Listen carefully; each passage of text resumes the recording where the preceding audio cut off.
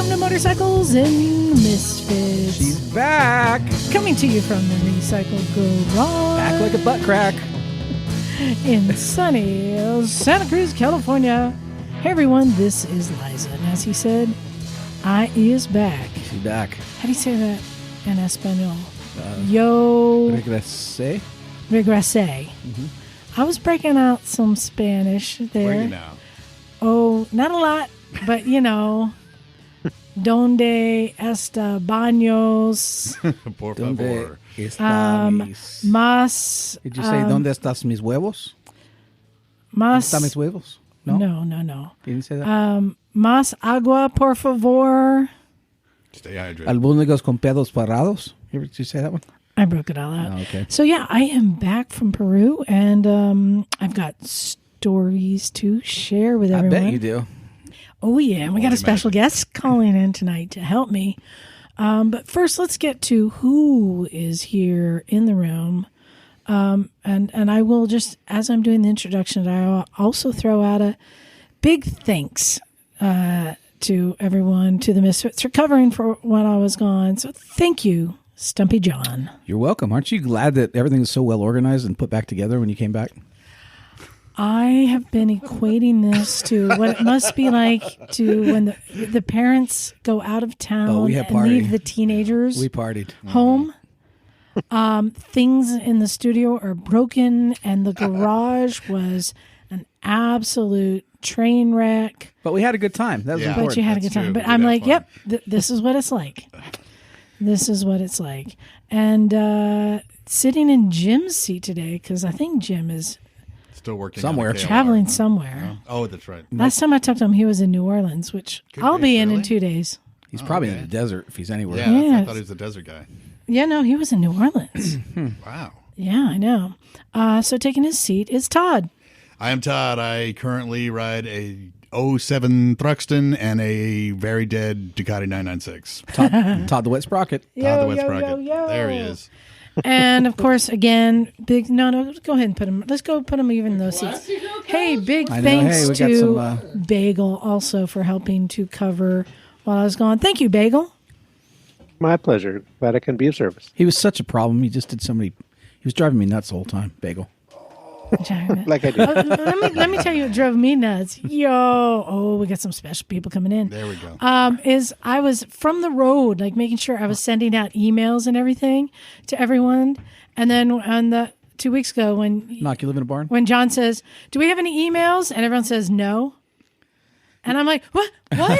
Bagel, I sent you emails. You did, but John was like very, very assertive in how he said, Well, somebody asked John if there was email, right? Yeah, they asked me, so I didn't have right. emails. And John said, no. And I was like, well, okay, then I guess we don't have emails. Like, okay, I got the hint. I was speaking to the singular me, not the plural us. Oh, okay. Well, Check I did have... Oh, yeah, can you turn it down just a little bit? I'm a little nasally because I'm just getting over something, but... Of course, that would be the dulcet tones of Knock. Are we live, baby? As a matter of fact. And then also joining us, the sweet sounds. Craigzilla. What? I love that name. And do you live in a barn? I already asked him that once. There's more people coming. Who's coming? Question mark? That's interrogative statement. Well, now you can't see Bagel on the screen. Oh, shit. Sorry, I'll close it. No. So, yeah, it was a little bit of a shit show. No, not a shit show. Just a mess in the garage. So I cleaned up, and then right away, like I thought I was, usually, not how I get here in the morning. It's just like I have like an hour or two just by myself to like work on stuff. So I started working on trophies for our rally coming up in 2 weeks, and right away, within like 5 minutes, 3 people showed up on old bikes who needed help. And I'm like, help! Look what you did.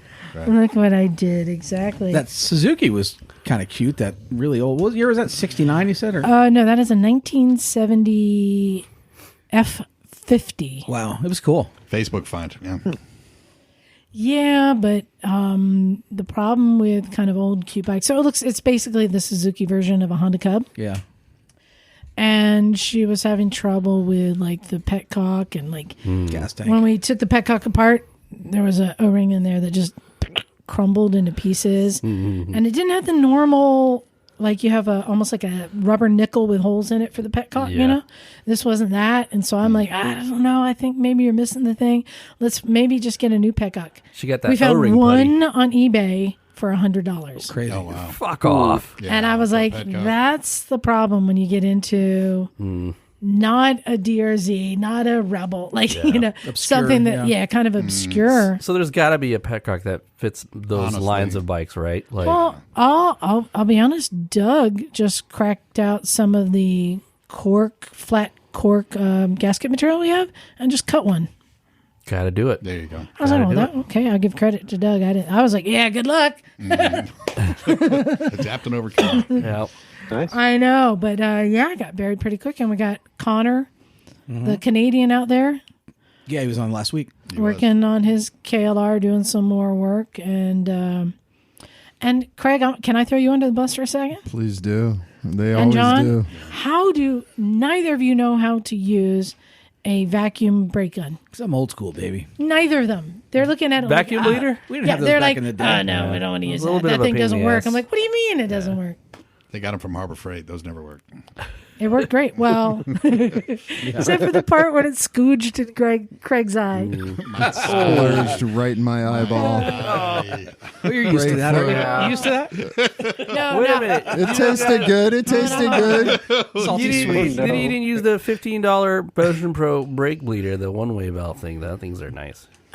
We did eventually. Yeah. The one-way valve. Yeah. So, so here's something I learned about. I mean, that brake bleeder one is not the Harbor Freight. I actually bought a nice one. Yeah, It that's a lives good in the one. case. But what I learned about this knock, there's a ring on the end of the handle, right where you'd put like your other hand when you're holding it, that slides back and forth and changes it from a vacuum to a pump. And so Craig unknowingly slid it, and it exposed a vent hole, which then squirted right in his eye, and then just kept pumping the air into the brake, and then brake fluid shooting out the top reservoir. We're like, what's going on? John keeps going, something's going on. And then I pumped again, squirt, squirt. Hey, whoa. Something's going on. You want a new paint job with that? Right? Exactly. Very corrosive. Shit went sideways real quick, and I'm like, hold on. Perfect. I have never had this much trouble. Where's Emma in all This this? tool. Is she stuck in He's some out today. Yeah. yeah. Emma's out. I could have used Emma. Yeah. We pulled it. We did pull it together and got it to work. For everybody, there was a lot of breaks going on today. Yeah, a lot of it break was fluid. break day. But that was a bit of a what is happening? I'm just running around, just like. But fortunately, Jake 2.0 came early, and he was helping out, and then eventually Doug showed up. And then that's one thing that's great about this garage. There's always somebody who's going to show up to Right. help. Right. Yep. And John just smoked a cigar and watched everyone. Yeah, it helped, Craig. Somebody's got to do Oh, John helped. Oh, So Doug was, So, yeah, if- I was just giving you you said credit. something nice about Doug, and he shows up. He's like a pixie. I want you to sit on this easy rider here, brother. Go ahead and close that door, please. Oh, Jesus. Wow. I'm so not prepared. Hey, while people are coming in, I invented a new game on my trip in Peru that I was playing with Wendy. Were you chewing and the other leaves people. when you invented this game? The coca? There was coca there. But it's called So There I Was. And I thought, let's just play around of So There I Was. Now, here's how you play the game. You start your sentence with So there I was, and then you give a lead-in sentence to a story. All right. Okay? And no, you don't need to back up that story, just a lead-in sentence Is this to the story. Hold on. It's like Mad Libs. Now, it can either be true or it can be false. Mm-hmm. And everyone has to guess Yeah. if it's true All right. or it's false. So I'll just give an example. All right. So there I was riding down the mountain with no pants on.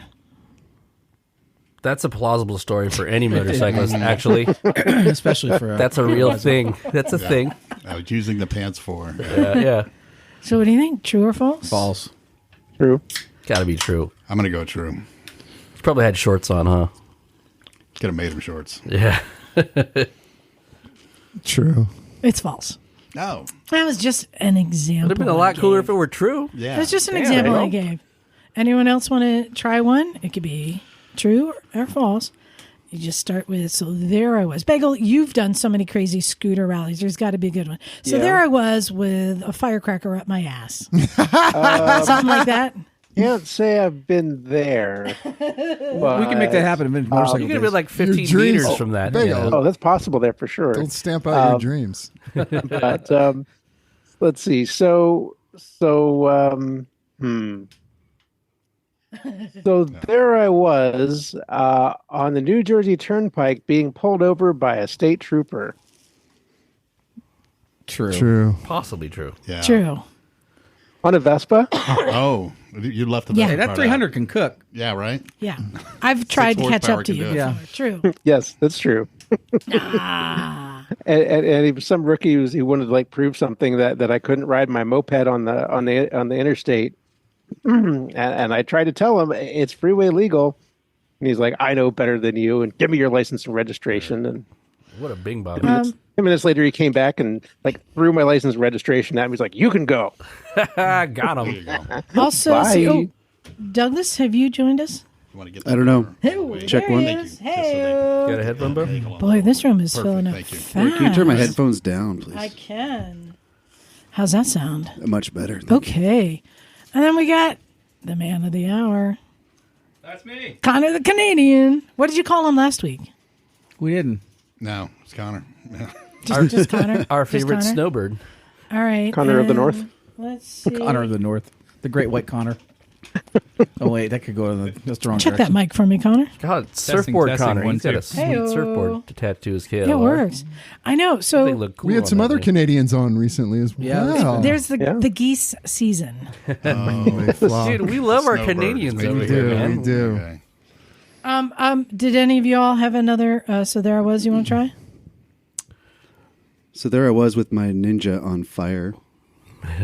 Ooh. Okay, hold on. So just so you know, for Connor just came in. The game is, so there I was, and you make a statement. It could be true or false. Now we all have to guess if it's true or false. There's no context. There's no story.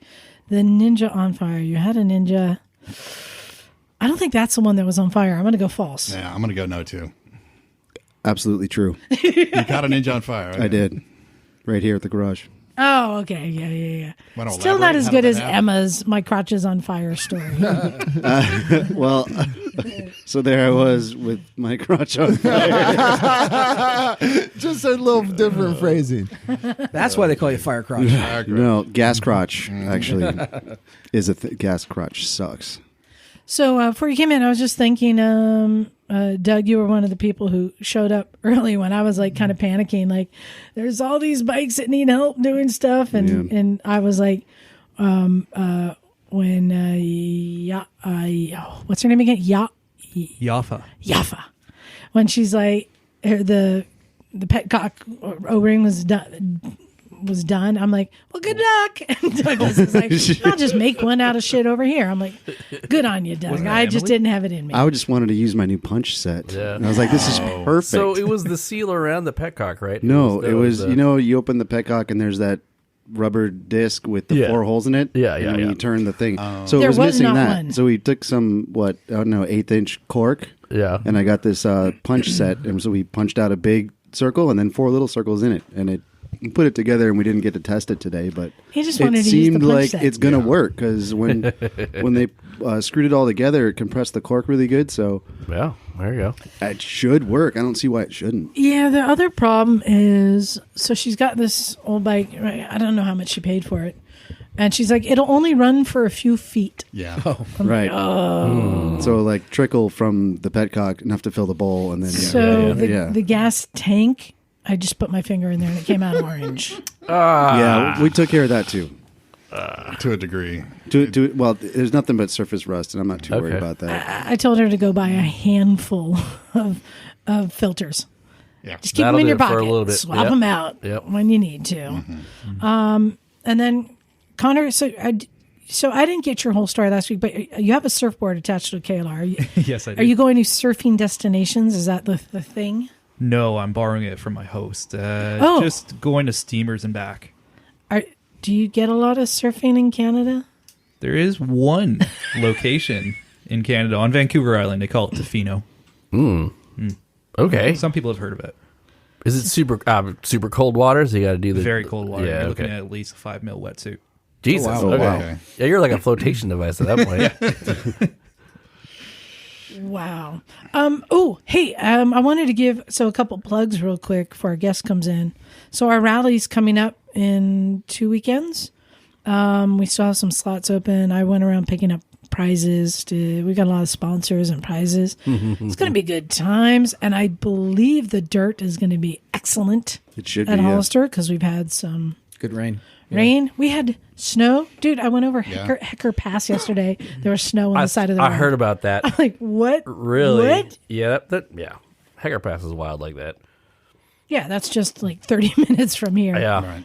Yeah. Crazy.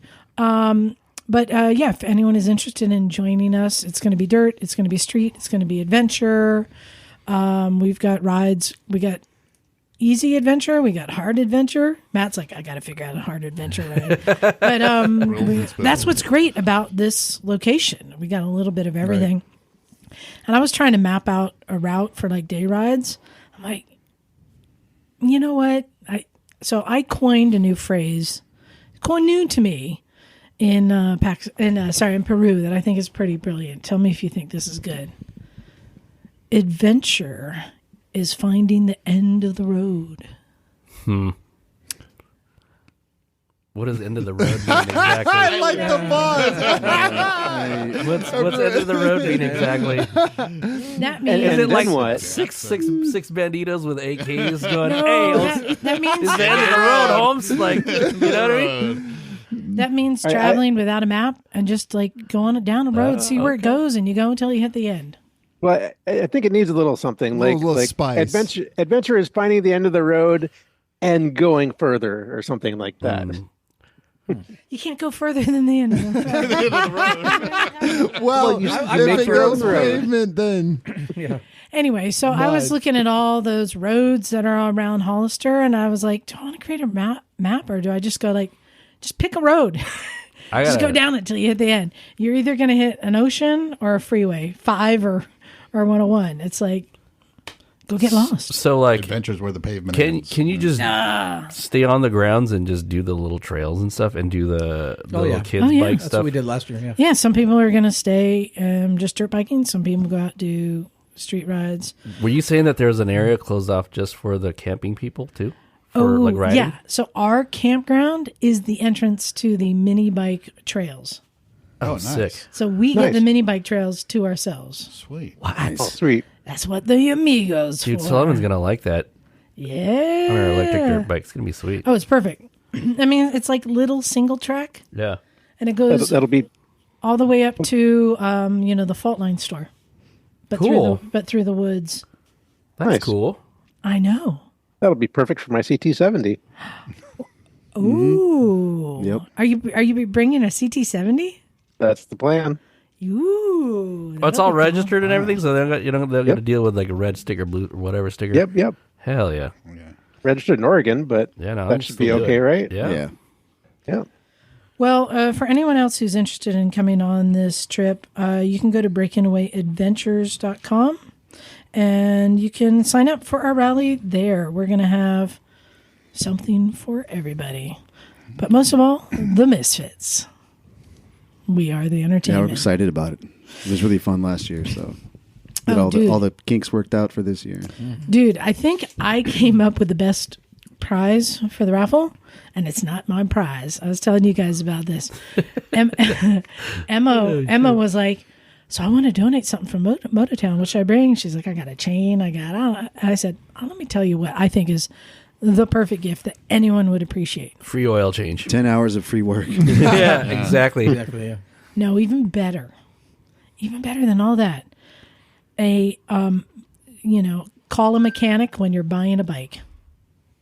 When next time you are buying a bike, Consultation services? she will be Goddamn. on Pre-purchase call inspection. There you to inspect, ask questions, and help negotiate. She will be there on the phone with you, unless it's near her shop. But call her up and she will give you a, free negotiation and consultation for buying a bike. That works. I think that's like the best gift, that's right? cool. Yep. Is she aware of this? Not yet. Why are you calling me? 2 in the morning? Talking about an old ass busted Suzuki. Yeah, she's aware. But yeah, so we got the rally coming up, and then the other thing I wanted to share is, so I had a long flight down to Peru, and I did something I usually hate doing. Drinking? I read a book. What? No, but it was really good. It was Was it a really big good. So remember we had Wendy Crockett on recently? And she wrote a book about her Guinness World Record ride called Pushing Miles. And I bought it, just to be nice. But then I'm like, Who's Miles? Sorry, Dun, I dun. probably made that. Sorry, just shoot me in the face already. Sorry. So I was like, I'm going to be on a plane. So I brought it. It's good. It's like riveting. Like I read about, I'm too ADD to read. I read it. Well, I haven't finished it. It's a doorstop. It's a big book. It was good. It was really good. So I figured I've probably done enough embarrassing. I should probably say, hey, Wendy Crockett has joined us. Hey, Wendy. Crockett. Hello, Wendy. Hello. Happening, everybody. Hello. Hey, Wendy. Hey. Sorry, I wasn't trying to embarrass you, but it was really like, now that like I actually got to read it, I'm like, oh my God, this is pretty good. And yeah, she told us a lot of the stories about her like insurmountable odds that they had to overcome, things breaking and hospital visits and just one thing after another. And you're reading it and you're so wrapped up into it because it's written in her voice. So I highly recommend it. As I mentioned, Wendy Crockett's here. Wendy, we are about to tell about our story from Peru. You just got back, yesterday? Yeah, last night. Oh shit! All right. Yep. Still Stayed a fresh. few extra days to do a little more adventuring and just hit the ground. Nice. Well, I went through my pockets and I have found a total of 200 soles in my pockets. No, 202 soles. Yeah, so that's money. I was like, what's that? Yeah, it's money. That's like over $50 worth that I found in bills. Yeah, I know. But the first thing I wanted to say is a big thanks to Wendy for introducing me to vintage rides and, inviting me on this trip to Peru. Ooh, it was more than I expected. A lot more than I expected. That's awesome. And I'll be honest, I'm that type of person. I didn't do any research beforehand. I'm like, here we go. That's where the real adventure starts, right? What's in Peru? What language do they speak? Politically Exactly where is stable it? I didn't. I'm just like, I'm just going to show up. But it was pretty good. Wendy, what did you think? I had a blast, and I know we talked about so much of the whole tour and what made it awesome, but I think what really cemented it for me, we've talked a lot about kind of people like us that just are happiest being on the bike, and we just kind of set out into the world and don't really stop. So post tour, I stayed in Peru. I borrowed a bike and I did some exploring on my own. And I really enjoyed, I saw some just visually incredibly stunning country. I rode down the coast. I did a little bit of the Pan America Highway and all up through the mountains. And it was just phenomenal. And I didn't stop for anything. I didn't meet anyone. I didn't find any cool little, niche things to explore. And I really enjoyed it as a rider. But the experience that we had with vintage rides in Peru was so immersive in a different way than I could ever do myself. Not even that I couldn't do the research in theory to try to find some of these places. I don't have anything compelling me to stop normally. So, it was great having somebody saying, no, this is something really cool. You guys got to see this. Yeah, it was pretty cool. And here's the thing. So in our group, we had 8 people. That's a good number. Yeah, we had 6 iron butters Okay, yeah. and 2 frogs. Frenchman? Yes. Nice. We just, I was like, are they insulted that we just referred to them as the frogs? Apparently it was okay. Worse, so. It was okay. But everyone in the group, especially, if you're going to travel, get iron butters because. Yeah, they know what's up. No, everyone is happy on the bike. Yeah. Everyone was happy. Wendy had food poisoning. Oof. Was not doing well and then just got on the bike and just rode. Wow. Like, and I even had a day. So we were high elevations. Okay, this is another thing. I should have done the research. Higher than Pakistan? Oh, yeah. Really? Well, Pakistan, like when we go to Kundrab, it's like 15,000. You go up and then you come down like within an hour. Wendy, how long were we staying at like 12 to 16,000? We were like, gosh, we had a bunch of nights. I think out of our 11 moving nights, we had 9 or 10 that were like above 11,000 feet, 12,000 feet. Jeez. Yeah. How'd the bikes do? Bikes were fine. They're fuel injected. Okay. So we should say we were riding Royal Enfield Bullet 500s. If you're not familiar with these are the ones that look like an old janky bike. Like they look antique when they're brand new. Yeah. And they are just meant to just grunt out, just get you through anything. They just grunt you through everything. Wendy, what did you think? What's your assessment of the bike now? Well, I mean, you and I Liza and I had our comms linked. So we had just kind of this running commentary going. And one of the things that we were discussing was, what would be a better bike to choose for this tour?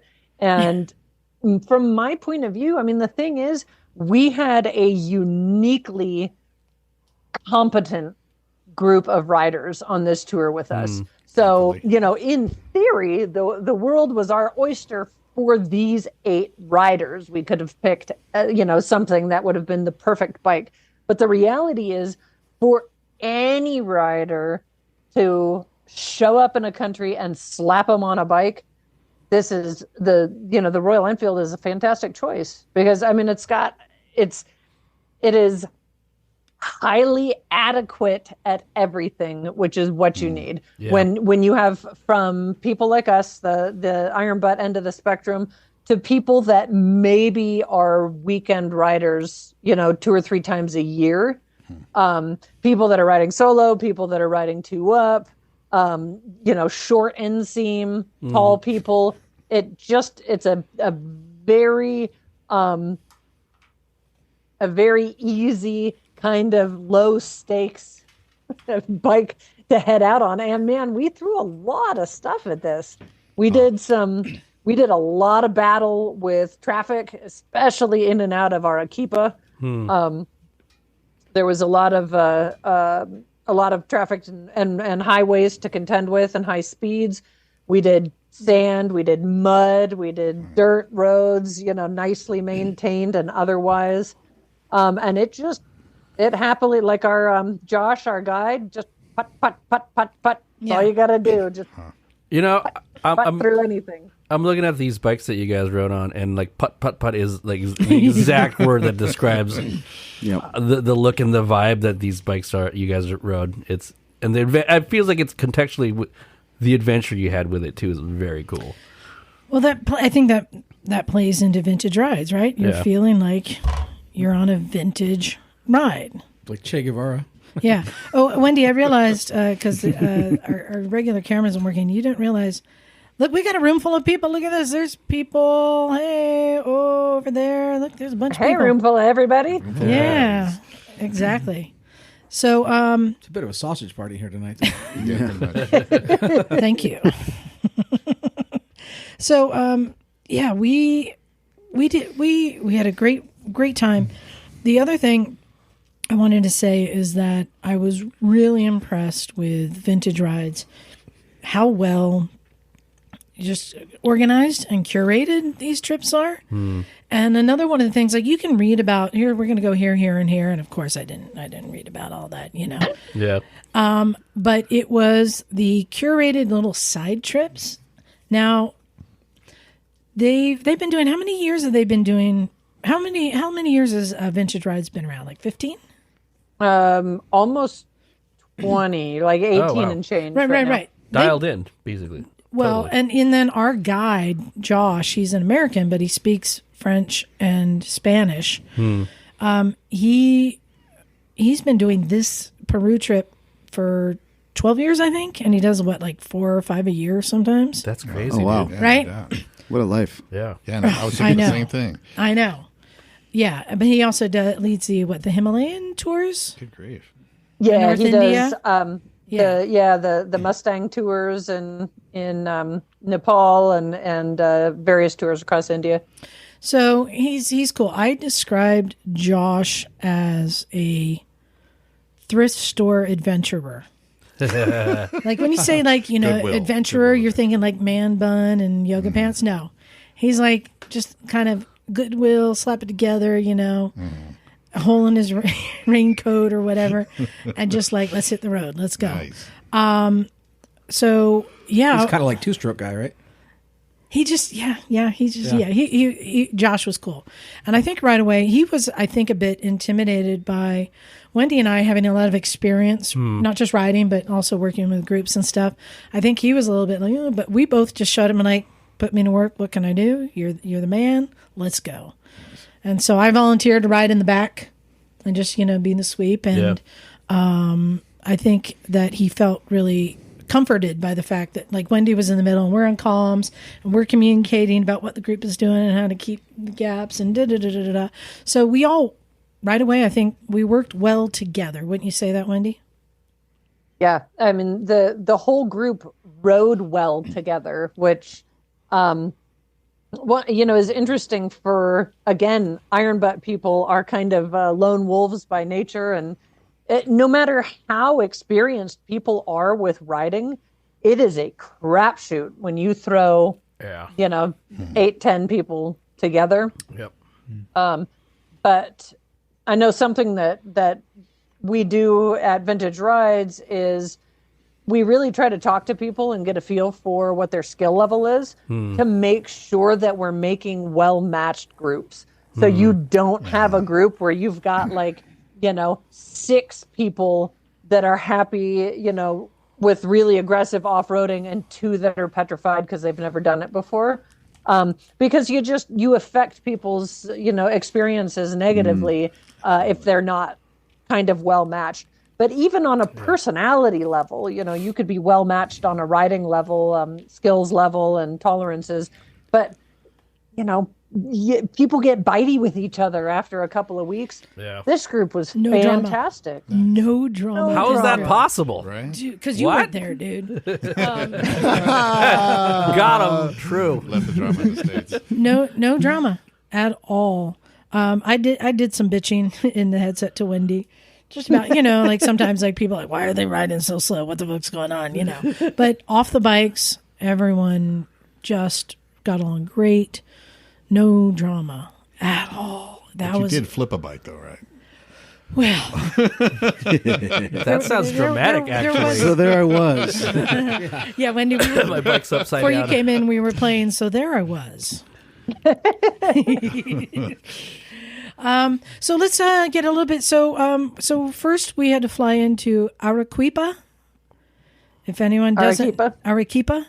There's basically, in Pakistan, there's basically 3 cities: Lahore, Islamabad, Karachi. Well, there's basically 3 cities in Peru, and there's Lima, which has half of the country lives in the city. I think It's huge. like 13 million or something crazy number. That's a lot of people. Holy yikes. Yeah. And then you got Arequipa down in the south, and then Cusco somewhere in the middle. And they're basically just kind of 3 cities, and the rest is just kind of like farms and sprawl and mountains and llamas. Let's just get that out of the way.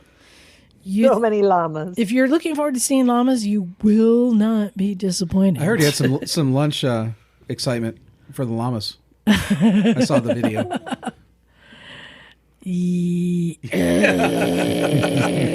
Is that where they filmed? Is that where they filmed The Emperor's New Groove? Yeah, pretty much. Llamas were definitely grooving. No. I will share. Oh my God. The sultry sounds of the llama. The sultry sounds. You know, you're kind of excited to see llamas at first, and then it just becomes old hat. Then we started counting chickens because that was exciting.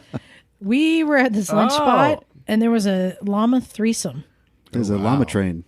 There was a llama threesome going on for our entire lunch. Interrupted like a llama ecstasy party. It looks like. Llama spit roast. And so I said, well, when you go to Mexico, you get the donkey show. And here in Peru, you got to play the noise. That's a llama, not an alpaca, right? That is. You ever wonder what a noise a llama makes when it's making little llamas? Here it is. Hold on, let me find that. It was slightly disturbing. I might have to throw that in my arsenal. Let's see. Wow. Wendy. Check this out. It basically sounds like you belching, John. Pretty much, yeah. Yeah, pretty much. Yeah, that's what it sounds like when I put my socks on in the morning. Yeah. So we flew into Arequipa, and we had right away, I was like, oh my gosh, we're staying at this nice hotel. So the other thing that was interesting how Vintage Rides works is they have partners that on certain tours. And in this case, our partner was Jean-Louis, who owns this hotel, and he owns the bikes and maintains them. And then in Vintage Rides, partners with him on these trips. So it was this really nice hotel with a whole lawn and fountain and plaza and different rooms with stuff. It was really cool. And we were walking distance to the main plaza. So right away we went downtown and got a picture with llama. It just priorities. Happens. It just happens. Yeah. But so right away I'm like, this is kind of nice digs.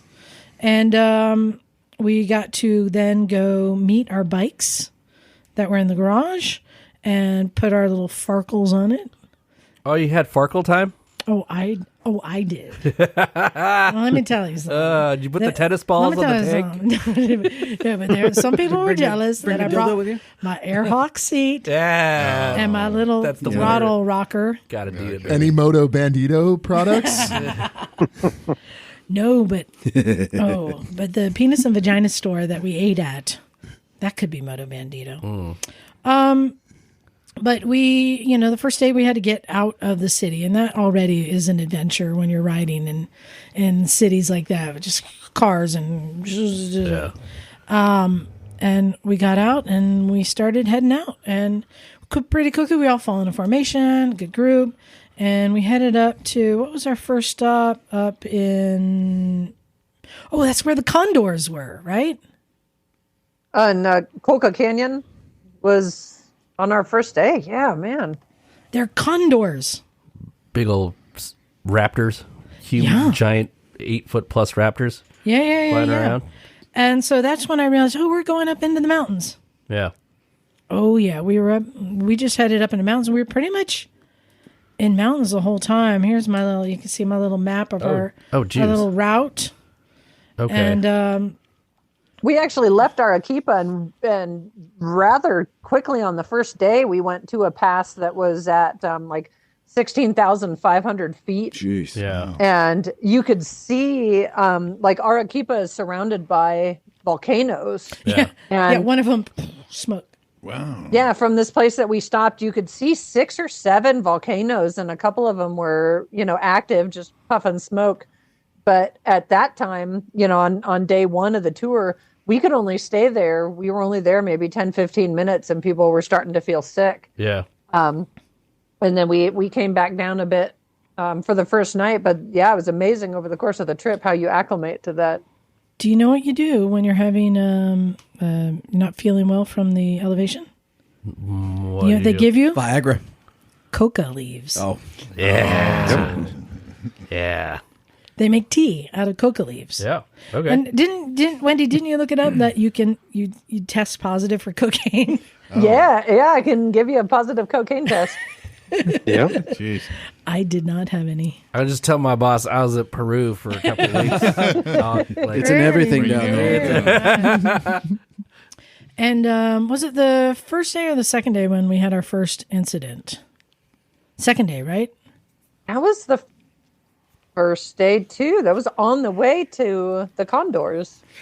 Yeah, so we're on a kind of tight, almost one lane-ish, road going around a mountain. So you have a lot of like blind corners, Yeah. We're not going that fast because we're on, these Royal Enfields putting around. And I was in the back, and the person who was 2 bikes in front of me comes around a corner, and there was a guy on a motorcycle in her lane. Oh, coming shit. right at her.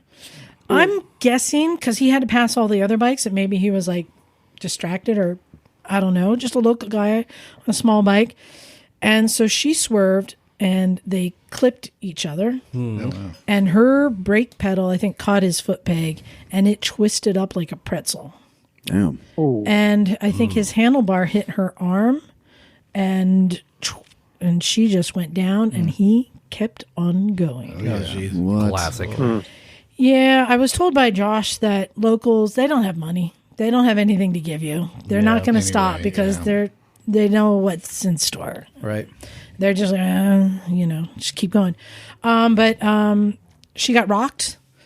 She was okay. She had a massive bruise on her whole forearm where she hit the bike. And I immediately stopped and tended to her. She was having a little bit of a panic attack, but just assess, no damage to the helmet and this and that, and get her calmed down, get her water. And meanwhile, the mechanics who are following us pull up and they're bending that brake pedal back, getting it all back in. And so fortunately, we had a chase vehicle. So she was able to go into the chase vehicle. And when the mechanics hopped on her bike, and we kept on going. Okay. That quick. I mean, she felt better eventually to where she kept on riding, right? Like, or that was at the end of the road for her or what? No. Okay. Was it later that day? Or Later that day. Later that This day. is. I thought you were talking about the dual mud crash incident. Oh, that one. Oh. This one was day 2 or 3. But yeah, I mean, she took maybe an hour or two to kind of collect herself and make sure that nothing was broken. And got right back on the bike. Good for her. Yeah, the incident she's talking about it was one of those I'm going to take you to see this like Vista spot. It was called like Tres Colores Lagunas or something, right? You're so white. And it was a mud road. Yeah. We went down, and I'm like, all right, we're in it now. But that's one color, brown, right? Mud. But this was something that I said that there was a moment for me that I realized, we got one of those really like deep, long mud pits where it's just, you don't know how deep it is. Yeah. And one of the frogs, Josh and one of the frogs went across, and then I believe it was Arik. He immediately got off his bike and came back and stood in the middle of the puddle to spot people and point to where to go. And I'm like, teamwork. Nice. This is something that I love about like an adventure ride. And I'm like, he established it right off the bat. We're in this together, And that's kind of kept going throughout, where we're all kind of helping each other through things one at a time, and you had spotters, stuff like that. But yeah, unfortunately, 2 of the riders were kind of new to dirt. Yeah. And they didn't know when you're in a rut that you can't just pop out of the rut. Nope. And so the front wheel pops up and the rear wheel just starts spinning. Yeah. And they both just went down. Yep. But again, no injuries, no harm, no foul, but learning as you go. Hey, they became better riders. But yeah, so I think it was second day. She went down ready to ride. This is, and I think that's the other thing with Iron Butters, hardcore, right? Mm-hmm. Got to do it, baby. Yeah. Got to do it. Yeah. So continue on. Where do we go? Oh, we went up to Espinar, and that was cool. This is when we started realizing every little town you go through has a plaza and statues. Really cool painted statues. Like, this is a whole thing. I don't know what the statues are for or about, but they were really cool. And this is when I think, and the first time that Josh set us loose in a market to find our own food. Yeah. And it's pretty cool. It's like all these ladies just bring their own little stuff and have these little tables set up, and you just sit down on a bench and like, what are you getting? Like that she cooked and brought in a pot. Wow. Yeah. So one of the things that I did not eat. Wendy, did you eat the cuy? We had a little bit of cuy on that first day in the market, but yeah, when you look at pictures of their poor, sad, splayed out little bodies. Is that the groundhog or the guinea pig? Guinea pigs? The guinea pig, yeah, is cuy. So this is cuy knock. You murdered an entire family. No. They do. No. No, this was a couple days later. We were at a farm, and like I was asking the little girl, like, "Whoa, what are your pets' names?" I was that ignorant. I'm like, that was dinner. Yeah. That was lunch. Exactly. I know. Yeah, but no, in that market we had alpaca in stew. Yes, I did eat alpaca. How was that? And I do not have a problem eating asshole animals. Gotta do it. Oh, That's my rule. Gotta do it took me a sometimes. second. Eating assholes. And Squid? animals, okay. Yeah, what? Total assholes. We eat the shit out of them, right? But Alpaca? cows are the sweetest animals in the world. No. Have you tried to be friends with one? They don't want to be your friend. They don't care. Because they know you're going to eat them. Yeah. Oh, maybe. Yeah, so that was a cool little, outing. And then we headed up to Cusco. And this was the first time we got a day off. Yeah. This was also the second place we went that had Incan ruins. Mm-hmm. So that was something we were doing a lot of, stopping to see Incan ruins. I say we. More Wendy in the group, less me. As you know, I'm quite incapable of walking any distance. But I discovered something that Peru does really well. And I refer to them as granny stations. And everywhere we went that had, some sort of sight to see, there would be a shaded bench angled to look at whatever people were going to go see. Yeah. And I'm like, I'll meet you at the granny station. Let's see. There was the suspension bridge. There was the waterfall. There was Machu Picchu. All had granny stations, and I was more than happy to sit at them and watch them go hike around aimlessly and look at piles of rocks.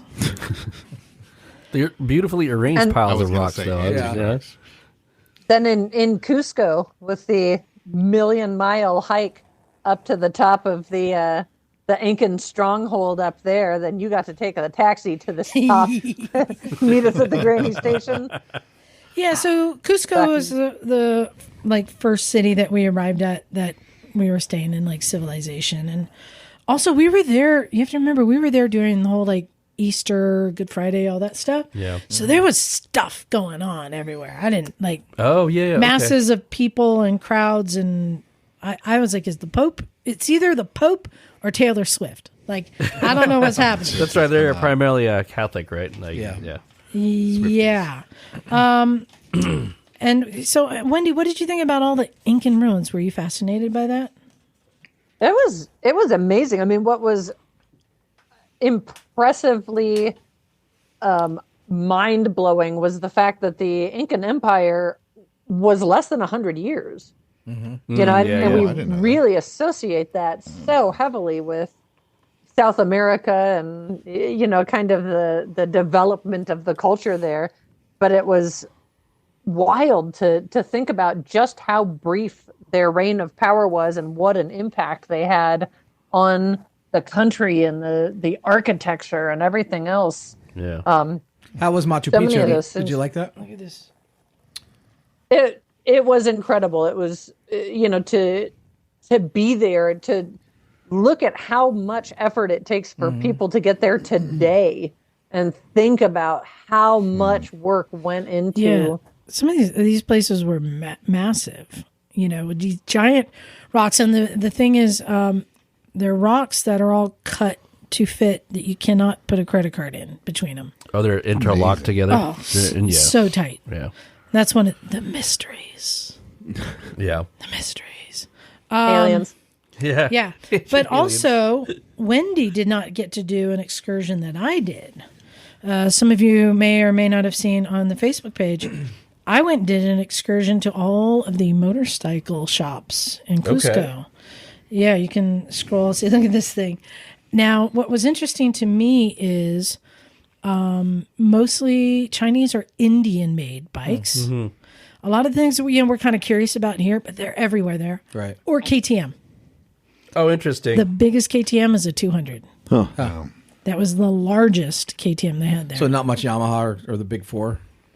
No, not so much. Sometimes you see, because as we know, is it Yamaha that I see a smart makes pillar. where's the TTR made? Is that Brazil or something? There's a smart pillar PTR in is here. Brazil. There was a lot of.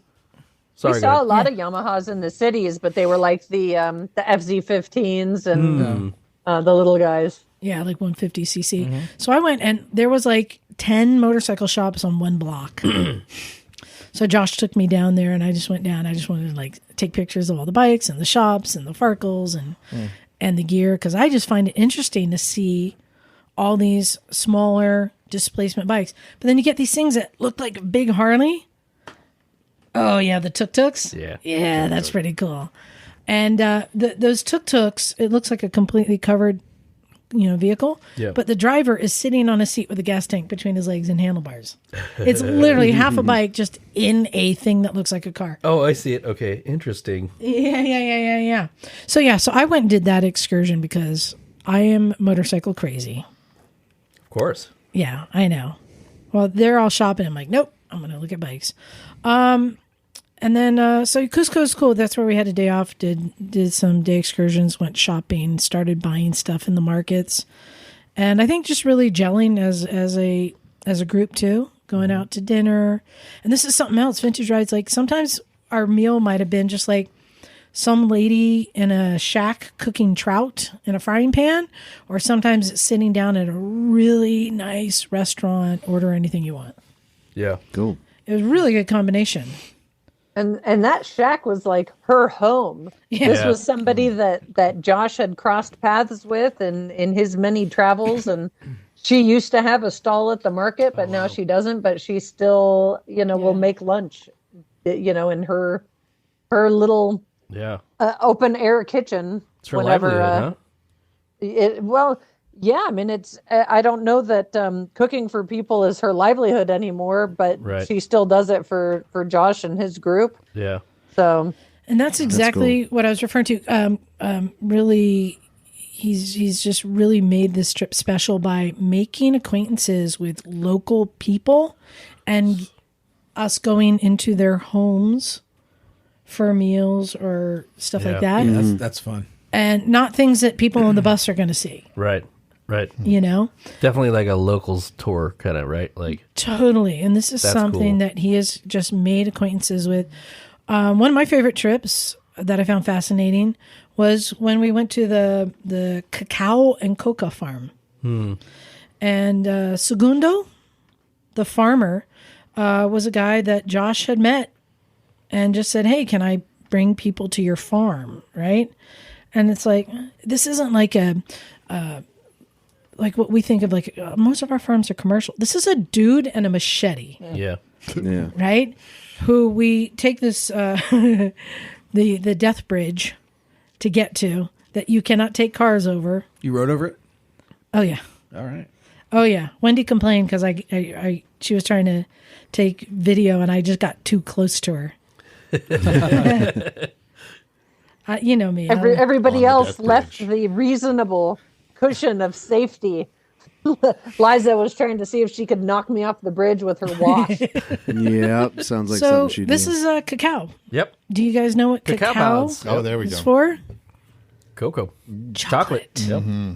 Yeah. Do you know what the cacao looks like on the inside? It's white, right? It's got like a white tissue on it, and then the nut itself is inside, and it's kind of you cut it open, and it's got these big white seeds. Yep. And so this is a really cool experience for me because we're walking around this dude in a machete, and he's pulling plantains and mangoes and fruit and just slicing it open with a machete and passing it around for us. There was a really digging ginger and Ginger yucca out of out the of the ground. ground. Oh, that's cool. Yeah. Peruvian ginger. I didn't know that, man. It was good. So spicy. Nice. Yeah, it would. You would have loved it, not because it Yeah. was spicy. It had a bite. I like to me it. some spicy ginger, man. I It love was you, good. Bagel. But then there was another fruit that I hated, that really tart, bitter thing. What was it? It's like a lemon orange or something. Yeah, I know what you're talking about. I can't think of the name. It's like tamarind. I don't know No, what it no, was. no, no. No. It starts with a C, but all I can think of is camote, which is sweet potato. But it's Look at this. Is You- the ginger pulling it out of the ground. Yeah. And so Liza spit it out immediately like a petulant child. Salt in this country. yeah. And so this is like a dude with flip flops and a machete. You would have felt at home, Knock. Hell yeah. You know I would. And this is like his dad worked that land, and his Yeah. family still works on that land, and that's just he has something like 140 acres, I think he said, and Yeah. Wow. you know has slowly been expanding their land and their farm and fine tuning the way that he's growing, but it really is still a small family operation. This is not a Yeah. a commercial enterprise. He pulled off a coca leaf for me. I was so like, You try to snort it? Or I didn't. I was tempted to slip it in my pocket. He noticed you were lagging behind the group and pulled a No. leaf from it. But we walked down to the river, and some idiots jumped in the river. Gotta Nice. do it, baby. Are there no piranhas in that river, I'd imagine? There are. Oh, okay. Well, there you go. Found that out. That's the adventure right there. Piranha or no piranha in this water? I was like, Adventure is this- where the I piranhas was start. like, isn't Yeah. this where the penis fish come from? the Kinduru or Yeah, the one that swims up your Yeah, penis. yeah. I'm like, don't pee, guys, don't pee. Yeah. I think I freaked out a couple people. But this was like a really authentic experience. Yeah. Yeah, That's and dope. then I went and met his Cooey farm. But he showed us where he ferments the coca Yeah. and then turns into chocolate. I bought Yep. a chocolate bar, unsweetened chocolate bar from him. Raw chocolate. Yeah, raw chocolate. Were you able to take it back? Yeah, I got it here. Oh, I gotta check. Okay, cool. I gotta check that out.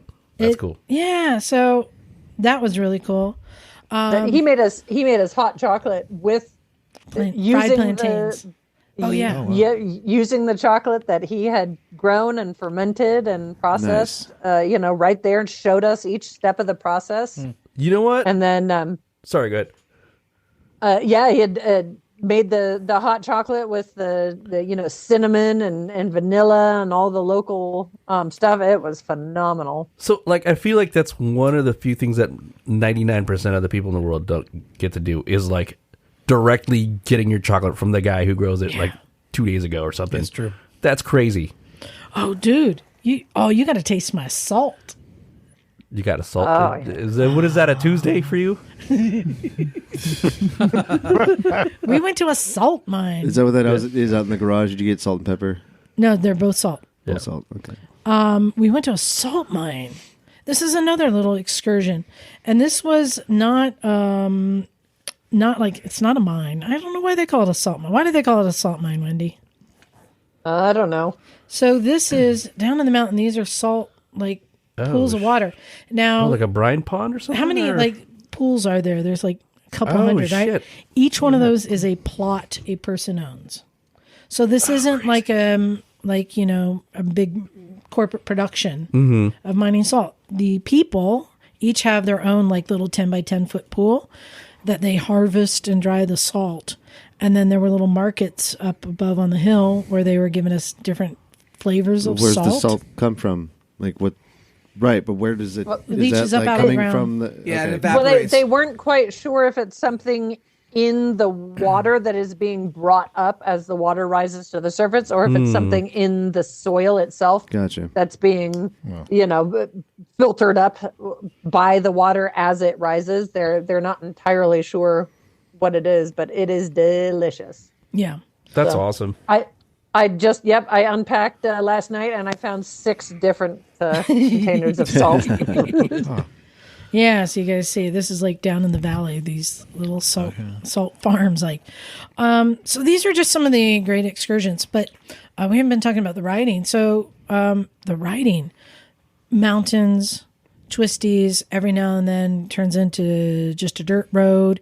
We do little side excursions. There was this one side excursion where it's a dirt road going up to a lake. And I saw that road and I said, I know this road. Not this road. But this is the same kind of road in Pakistan and the same kind of road in Hollister Hills.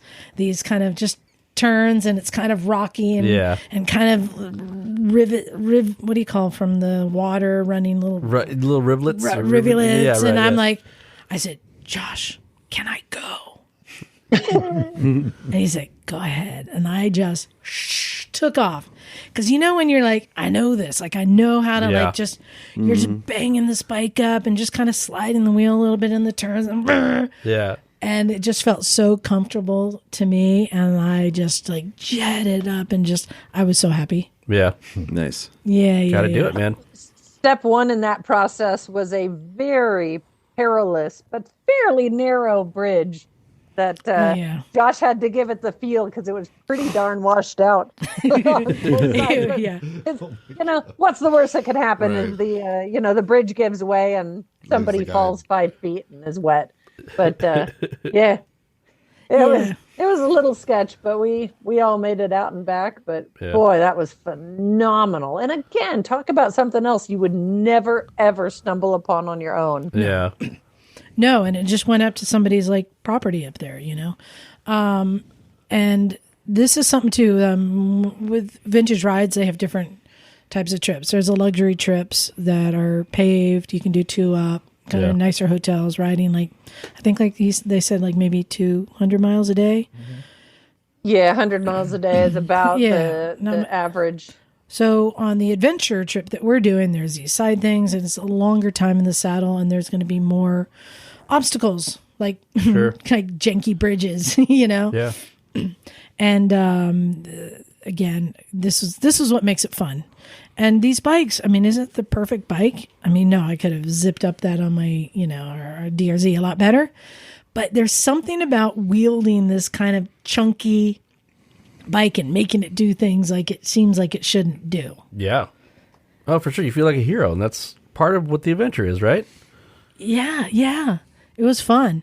But then, shortly after that, though, this was our first, I think, really test of our grit.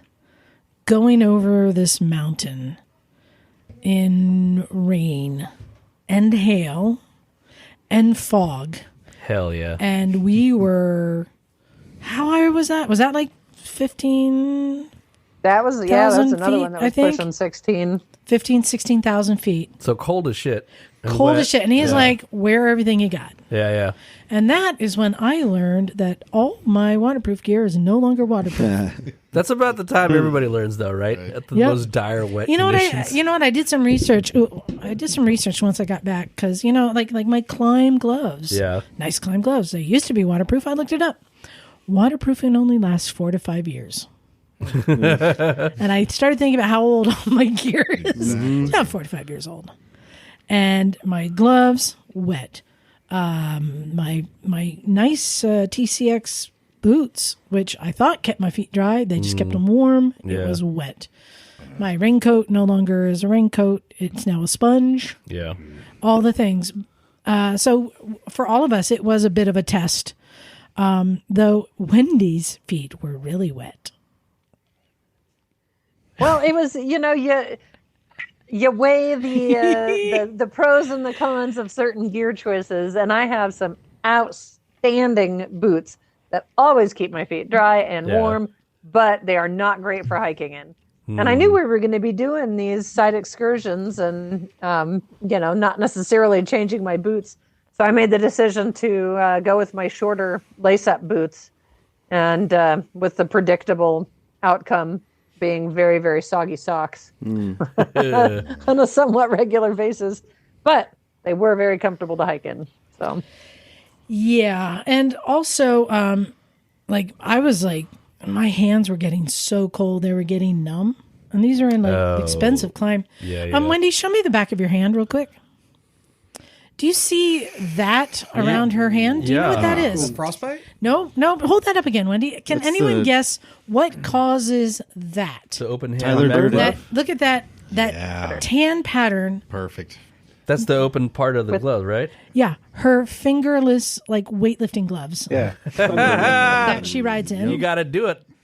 This Always. bitch is hardcore. Yeah. I'm like, I kept saying, like, how are you doing this? My hands are freezing, and this bitch is like, just like little riding gloves, fingerless I riding will gloves. never give up the booger pickers. It's my one obsession. Too much dexterity involved in that, yeah. No, exactly. Yeah, so we had to get over this mountain through the cold and get to a hotel that was, I mean, it was adequate, but this wasn't one of the nice hotels. Like, at least in Cusco, we had a heater we could hang all of our stuff up on, and it would dry out.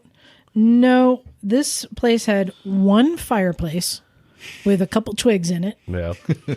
and everything we all owned was wet. So we started hanging up gloves, socks, like boots, everything around this little fire with like 3, not even logs, like they were like kindling. Yeah. And but everyone was in good spirits still.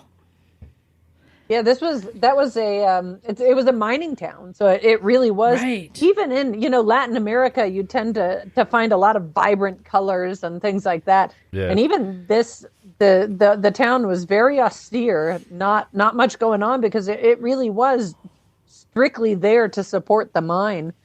And she had kind of as though she had broken up a few pieces of pallet board. But she put together a little fire in this little communal area, and we had 16 pairs of little socks fire. hanging up, and 16 pairs of gloves and pants and boots and insoles everywhere spread around the lobby of Yeah. this hotel. And Did you get nice, damp, cold gear in the morning after that? I mean, I'd imagine it didn't completely dry it out, right? Or what? it did a surprisingly adequate job of taking the sop off of it. Nice. And sometimes that's important. all you can ask. Yeah. But- Oh, Yep. also something very rare. It was very rare for any of our rooms to have any heat of any kind. Heat does not exist. Wow. But you know what does exist? The biggest blankets I've ever seen. I'm talking like one of my blankets was like a futon. It was like 6 inches thick. I think Liza pointed that out in an almost complaining way. Did they leave a futon on top of the bed? And the rest of us were like, I love it so much. I was like, is this So one of them like comfortable. weighted blanket experiences? It's an alpaca blanket, I'd imagine, right? Like some A sort lot of like- alpaca blankets, a lot of Yeah. down blankets, a lot of, just really heavy. Nice. Yeah.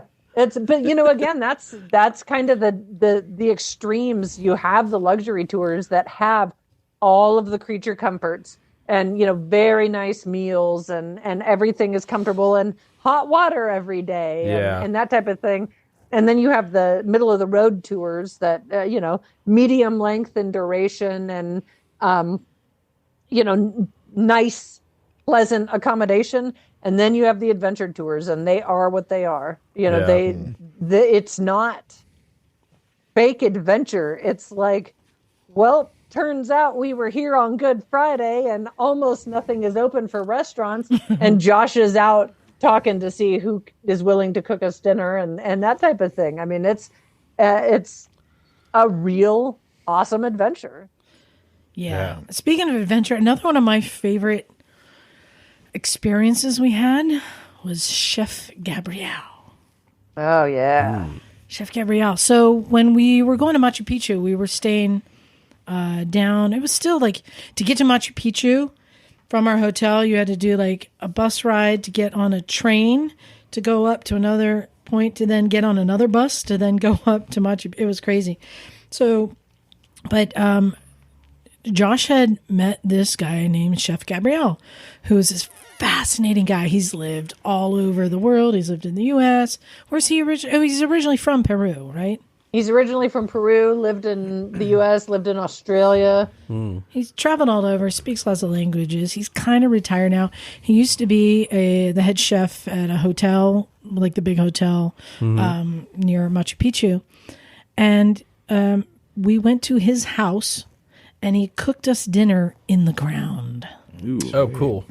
Yeah, He did this thing where he digs a hole, and he has a fire, and then all the rocks get the heat. Yeah. And then they dig it up, and then they just slap meat. We had chicken, we had beef, we had pork, we had pineapple, we had just in potatoes, the ground, and just laying it all back on the in ground. the rocks. Yeah, and then covers it with greens and vegetation. Yeah. And then a tarp, and then the dirt, and lets it just cook. Okay. And while that's happening, we went in and he taught everyone how to make pisco sours. Nice. Hell yeah. Now, apparently, as a non-drinker, I was kind of fascinated watching, because we had a couple different people teaching us how to make pisco sours, and everyone has their own method. Yep. What goes in first? But what does a pisco sour taste like, Wendy? It very much is similar to like a whiskey sour or Di Serono sour, same kind of essence. But pisco is, I guess it's a brandy that there is some contention over whether it was actually first created in Peru or in Chile. And there's been some sort of like a champagne type agreement where if it is made in the Pisco region of Peru, it is true Pisco. Otherwise, it's just bubbling white brandy or whatever. But it doesn't. I mean, I'm not a brandy fan to speak of, and I wouldn't, if you gave me the Pisco to sip, I would not have put it together with brandy. But it does come from, they say, from fermented raisins. I don't know if they mean grapes, but yeah, it's got a fruit base like that. But boy, in the sour, it is fantastic. Yeah, I tasted it. For me, I describe it somewhere between weasel piss and rocket fuel. Sure. Yeah. Yeah. Yeah. But that was really cool. This is Chef Gabrielle. Hey, look at that. And he seems happy. Cooking for us. And oh boy, look at this spread. Look at all these vegetables. Ooh. And sauces, and he puts it all out, and we ate dinner in his front yard. Nice. I wish I was twice as hungry. It was so good. And he made us a whole variety of different, homemade sauces and cheese sauces and all these different veggies, and it was just phenomenal. And cheese. There's this cheese. You just get slices of cheese, like a local cheese. You don't like cheese. I'm not big on cheese, but I like this cheese. There was one place, they had fried cheese. It was like French toast. Well, anything fried. Yeah, you could fry a turd and you'd like it. Man. So good. So that was another really great experience. We went to Machu Picchu. We did more some off-roading, stuff like that. I wanted to share, I had another excursion. This is when I said, that the adventure comes finding the end of the road. When we were on Lake Titicaca, which hell yeah, sorry, I'm trying not to giggle. Hell yeah. Again, we were staying in someplace there was no tourists at all. So we're on this peninsula in Lake Titicaca that is locals. So this is where we're staying at the end of this peninsula. Right here, it's like a little finger. I didn't realize Lake Titicaca had a peninsula in the lake. Yeah, I'm just ignorant of geography, but we were staying on a it's hard to describe. It's not. I mean, it's kind of a hotel, but it's not. It's 30 years ago they did not like tourists to come there. This is just local people, local farms, simple way of life everywhere you go. And the guy who was the mayor at the time was like, yeah, I think we should, it's better to let people come and enjoy this, right? It's beautiful there. So they started allowing people to come in. And so he built these rooms on the property to rent out. So it's not really a hotel, but it's kind of like a hotel, but you're staying there at his house on his property. Oh, cool. And it's right looking down on the lake. I think it started as a homestay. There's a lot of like small homestay situations there, and what Josh was telling us is that they were getting more and more of the French customers, through Vintage Rides and some of the other companies that would come through there. And Josh was telling them, look, we would like to stay here. We'd like to make this a 2-night stay, but you need to upgrade a little bit. Like you need some Wi-Fi and a little more room and a little more amenities. So they actually expanded. Yeah, they built it for Vintage Rides. Okay. Right. Rad. So now we have the old main house, where the family lives, and they have some rooms in there. And then they have a second area where Liza and I were with kind of the small bunks. And what was the name of the place? Do you know? I can maybe tell you the answer. Yeah. It looks like there's like Casa de Valentin. Casa de Valentin. Okay. Casa de Valentin. Okay. Yeah, because I'm looking at this thing. There's like definitely multiple places where it's kind of touristy, right? Like different places that you can I never saw another tourist the interesting. entire time. Okay. I saw like a lady walking her sheep. Yeah. And I guess that's a different part of the lake I'm looking at. Okay. So now, Knock, I'm going to show you. So they spent a day hiking. Yeah. And I hopped on one of the bikes, which I later found out I wasn't supposed to do. Well, And I went for my own trip. So look at this, Knock. Let me just show you on this map. So we're staying here, and I'm like, what's on that side of the peninsula?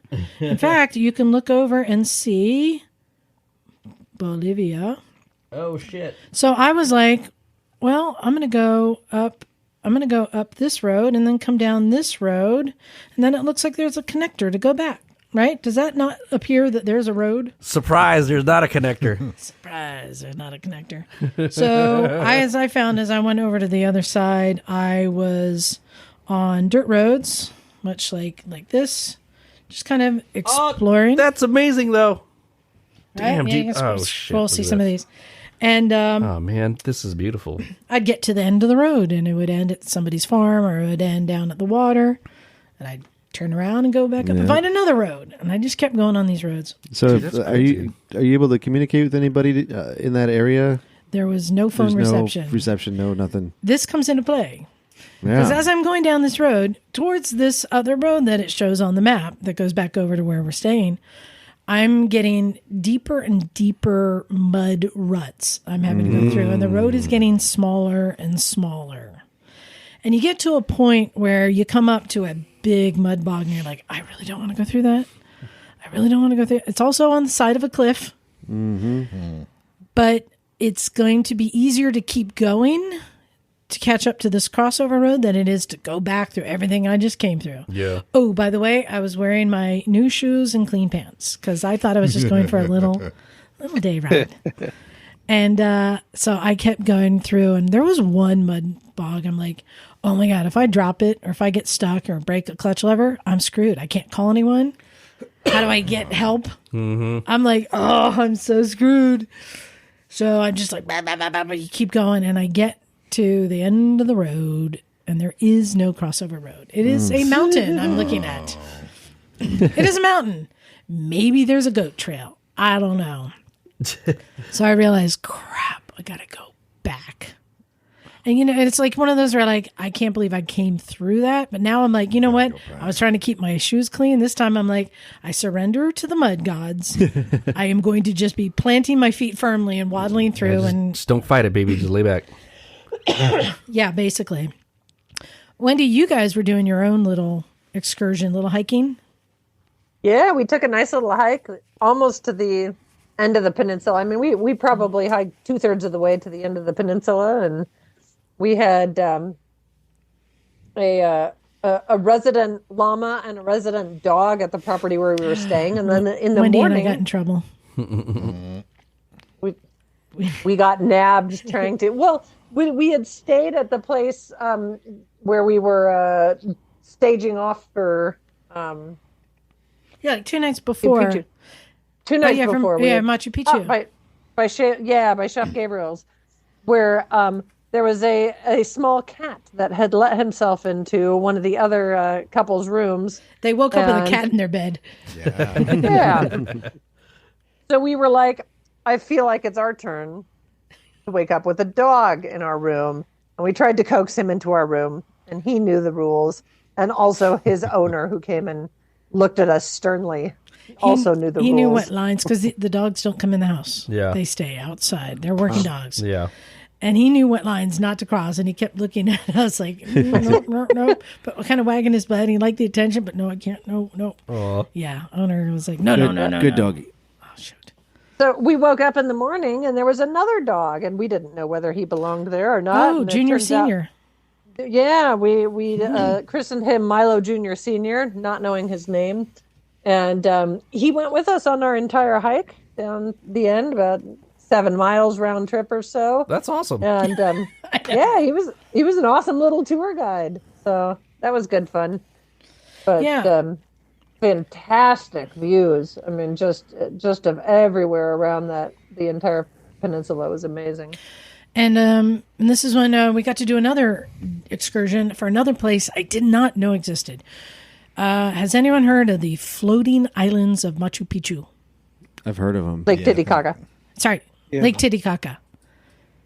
Right? These people Floating who had islands. been outcast or whatever, Yeah, I just saw something on it like 6 months ago. they stack up reed, like 8 feet of reed, all bundled together, and they make these islands Yeah. that they live on. You can scroll through that a little bit. And so Josh, next Whoa. thing I know, Josh hailed a boat that came to our dock, which is the only dock on the peninsula, by the way. Whoa. And we put out into Lake Titicaca and go to this island where 5 families live on this island. Now, So wait, they just drift aimlessly about on Lake Titicaca? no, they're, on a, they're kind anchored, of they're right? anchored. Okay. They I was put gonna say. poles down to anchor Gotcha. them. Yeah, I asked that too. And there's a bunch of these islands. Now, some of them are bigger and are more commercial, and they bring like tourist boats out. Oh, cool. And technically, ours was a tourist boat, but we were the only tourists on this small island. And they do a whole kind of demo and explain That's so cool. how they make it. And then you guys went for a ride in the sex boat, right? Oh, We didn't go in the sex boat. We went in the other boat. The sex boat is bigger. Oh, right. Do you want to explain what the sex boat is? Yeah, well, I mean, how do you make little islanders if you're on a very small very privacy boat. So they have a small dedicated floating- boat for conjugal visits? Yes. Dude. Yep. So And the boats I mean, are that's- also made of banded together reed. Wow. right. So we're a bunch of 14-year-old children. So obviously the immediate question is, where do you find boyfriends and girlfriends, and how do you make baby islanders? And so there's other, not just this island, but there are many little islands, and they have different little families on them. They have a school island where they'll send the kids to school, and then every so often they'll have little reunions or get-togethers or parties or whatever, and that's where you meet your other options. Yeah. And yeah, when they have their matrimonial reed boat that they send you off into the lake to do your business. There's all kinds of like Wow. penis themed Look at- cookies and chocolates and There Oh, were you so went many too far. penises. I bought this necklace from them. They painted it at the floating island. nice. Oh, nice. Yeah. Don't look at my penis and vagina cakes. Oh, sorry. That's It That's wasn't the just private- cakes. I have so many penis pictures. I had a friend of mine was undergoing open heart surgery in the middle of this trip here, and his wife was really upset. So I'm like, she also being a 14-year-old boy, I'm like, I'm gonna send her a bunch of dick pics. Hell yeah. Just Wendy, you've keep her given mind the off of impression things. you're just walking up to locals and saying, "Can I take a picture of your dick?" Yeah, I mean, well, you got to do what you got to do, like, right? you gotta help a sister out, but you didn't even have to look that hard. No Yeah. pun intended. I mean, it was everywhere, Yeah, and all yeah. the iconography of Yeah. the country. They're very is, proud. wieners. All the statues, Cultural all the affectation little of flying effigies. penises everywhere. Yes, everywhere. Yep. So I got a couple questions for you here, Wendy. I need to know some things. We've all had the honor maybe the privilege of, not we all, but some of us, of staying with Liza in hotel rooms and places like that. And I know it could be, so you were in our mind the whole time. We wanted to send good vibes because we understand. So just a couple questions about that experience alone. Because I know in Pakistan you're going to have the same experience. So did you experience Liza's night terrors? No night terrors. Some snoring. Okay. We were in the jungle. We stayed in the Amazon at some point, and before we, before bedtime, we got there, and Liza's like, "I hear something that sounds scary. I'm going into the jungle to see what it is." And everybody else was like, "No, maybe not. Maybe that's not a great idea." And so later that night, I start hearing these, horrible growling, grunting, grinding noises, and I'm like, boy, that animal's doing something. And then I realized it was Liza snoring, but generally speaking. Okay, so no night. Hold on. Yeah, we forgot to mention that day that, so we were cold and it was wet. We descended 13,000 feet into the Amazon jungle to stay at this property in the jungle for the night. Dude, that's wild. Where it was like hot and humid and sounds. And and I heard things rustling. And so I just grabbed a flashlight and started heading into the jungle to explore. And our neighbors from the trip, they're like, "What's out there? What's going on?" And they look at it and just see me, the idiot, trying to crawl into the jungle. You can go about 5 feet before you're like, I can't get through. I keep hearing that that's what it is in the Amazon. It's like at night it's loud because there's just all kinds of shit going on. All sorts of shit going on. So the second question is, Liza has a tradition usually where she makes her roommate experience a covered wagon. How did the covered wagon do for you? No covered wagons. No covered wagon? I remember an inadvertent self-Dutch ovening. From that food poisoning. Just a little bit of a personal question, but did Liza change her chonies, or does she leave them on or turn them inside out every day? From what we discussed, it's, you get 4 wears out of each, right? Forward, backward, inside, outside. Exactly. Yeah. But, in Las Vegas, we had an issue with her, too. Did she happen to eat cake in the bed? And did she share if she did?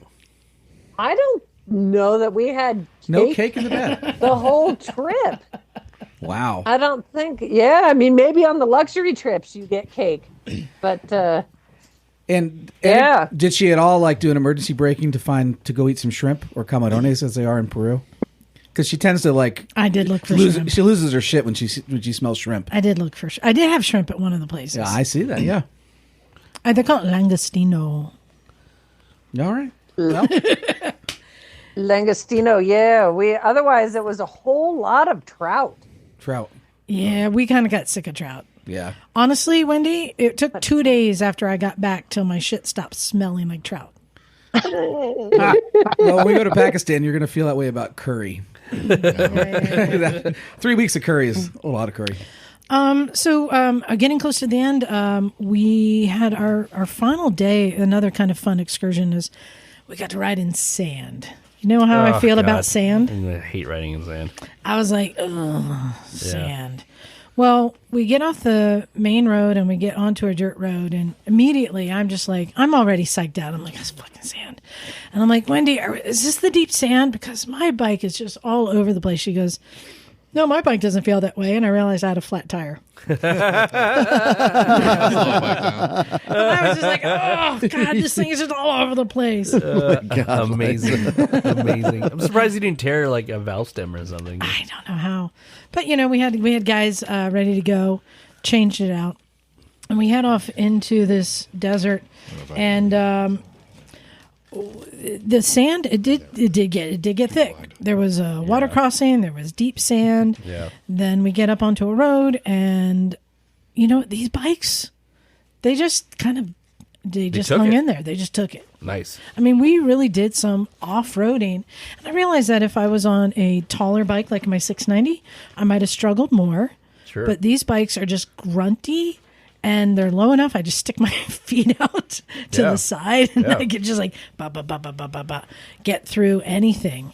How did you handle the sand, Wendy?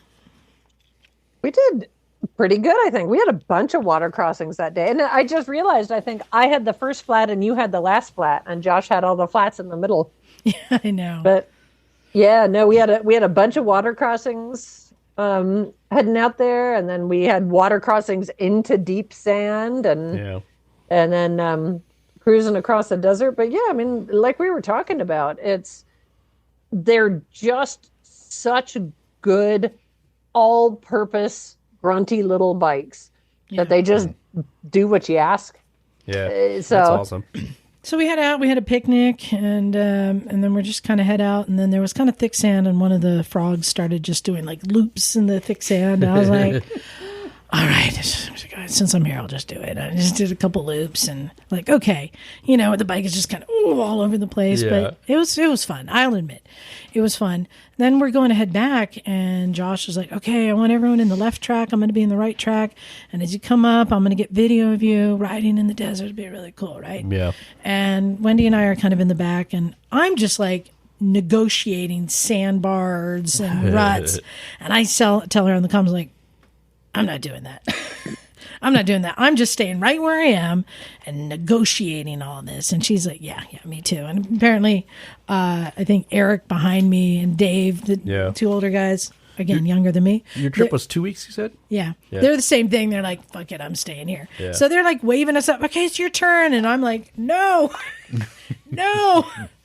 But unfortunately, Lucas, who was on the trip, he's trying to show up for the camera, and I don't know if he doesn't have that much dirt experience or off-road experience, but he hit deep sand. Yeah.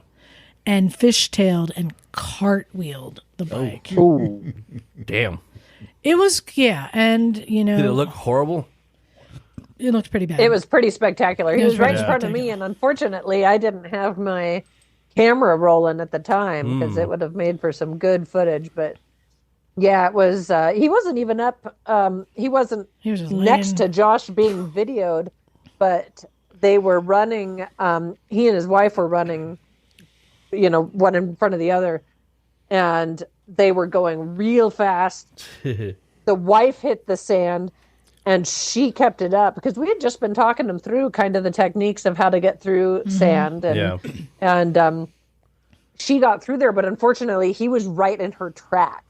So as she had gone through and struggled to keep it up, and she kept it up, but then he hit that mess, and it was spectacular end over end. So yeah, Wendy was first to stop, and she was on it, so I let her do her thing. Dude was okay, yeah. I mean, it was just he hurt his ankle. Okay. And so she was tending to him. I just kind of help park bikes and stay out of the way, Yeah. That's something, again, we work so well as a team. It's like whoever's doing something, let them do it. We all know what to do. Yeah. And then the mechanics pulled out a headlight. Oh, this is towards nighttime or something? No, this is day. But suddenly they're replacing parts. Oh, okay, I see. The headlight was smashed. They're replacing parts. Josh is transporting the bike back. I told Luke, hop on the back of my bike. And he was a little bit nervous right after that. I got you, bro. Rode him out, get to the deep sand. He's like, just let me off here. Let me off here. I'm like, dude, chill. Yeah. Dude, chill. I have control now. Relax. Yeah. The problem was the chase truck couldn't get out to where we were. Right. There was, between all the deep sand and the water crossings and everything we'd gone through to get to where we were. Yeah. They were waiting for us. And we get to the water crossing. He's like, no, let me off. I'm like, dude, chill. Yeah, I got you. You know what? And here's the thing. The confidence of a long-legged person. Yeah. That is the thing. Oh, yeah. When you can just stick your little legs out and paddle through. And I got him through the truck. It was handled. He rode on the truck for a bit until he could assess. He wasn't not injured that bad. I think just bruised ankle. Yeah. He got back on the bike the next day. That was the most, exciting thing. But I really enjoyed being with Wendy on that trip because both Wendy and I are good at handling situations. And I feel that we both contributed to the trip and the group. And that... Yeah, it was we all just worked well together, very supportive. Yeah. And then the final day we went back into Arequipa. It was 2 weeks. There was a point where it seemed like, oh my God, this is going to go on forever. And then there was a point it went by so fast. Yeah, sometimes your road trip partner makes it or breaks it, People were just encouraging to do what you need to do and keep that morale up. It's important. Yeah. The other thing, too, is there was a conversation going on in the group. Which vintage rides are you going to go on next? Yeah. And a lot of talk. I am openly plugging vintage rides because I had such a wonderful experience. Yeah. I think that, and then the other interesting thing is if you asked the 30-year-olds, they said that it was kind of an expensive trip, and you have to ask the 50-year-olds, and they're like, "Oh, this was a really cheap trip." Yeah. Yeah. Which tells you the market, right? But I thought it was quite affordable, really, just extremely well curated, good group, good guide. Would do again. Highly recommend. Now they have tours in Tanzania and Vietnam, and India. Like, how many miles did you say you ride the whole trip? It's all Our trip was about I can't remember if it was 2,000 miles or 2,000 kilometers. Wow. Yeah. Either way, that's significant. Yeah, I think our longest day was still under 200 miles. Wow. Okay. But those are intense 200 miles, right? 200 adventure miles. Yeah, I mean that's the thing is it's a lot of. They said this one was about 30% dirt. I think probably 40% is closer to accurate. So you have a big chunks of days that are off road in some fashion or another, but you got a lot of good stops too. And that's the thing is the off the beaten track stuff is not necessarily high mile days. Yeah. You're going through these little villages and dodging, vicuñas and pigs and sheep and whatever else running around in the road and stopping in these little villages and markets. And all of that stuff is really what makes the trip. And it's not putting on high mile days. Right. So. No, but it definitely it tests your boundaries a bit, pushes your limits. But the other thing that I really like about doing a trip on a Royal Enfield like this is we had people who had no dirt experience that were able to just get guidance and get through as a group. And that's kind of the great equalizer. And in fact, John, there were a lot of times I was telling Josh and Wendy, I'm like, this is so similar to Pakistan. Mm-hmm. The same pothole roads through these little villages with livestock where negotiating, same kind of feel. And just that to me is just a real true adventure. Same washed out bridges. Yeah. I have a question for Wendy. Yeah. So you do a lot of adventure riding, for the most part. In this particular trip, at what point did you realize oh shit, I'm actually doing this? There's no turning back now. Is it the moment you landed on the plane, the moment you booked your ticket, the moment you got your bike, and you're 100 miles, 50 miles into it? What's that moment? And you're oh, okay, let's go. We're here now. Boy, that's hard to say because I've been so busy. I'm just going 1,000 miles an hour in 20 different directions. Yeah. And I really, in the ramp up to the trip, I just didn't have time to get excited about it. It was just something else on my calendar. Yeah. And so it was like a 29-hour process getting from home to Arequipa. And I think probably that first evening, when we kind of met up together in the hotel and we walked around the little plaza and we're holding the baby llamas and all of that type of stuff. Yeah. That it was finally all right, we're gonna do this. Yeah. This is gonna be cool. That's awesome. That's always a great feeling. You're just realization you're okay, that's it. We're here. This is happening. Yep. Here we are. Yeah. So, Wendy, what is going to be your next trip?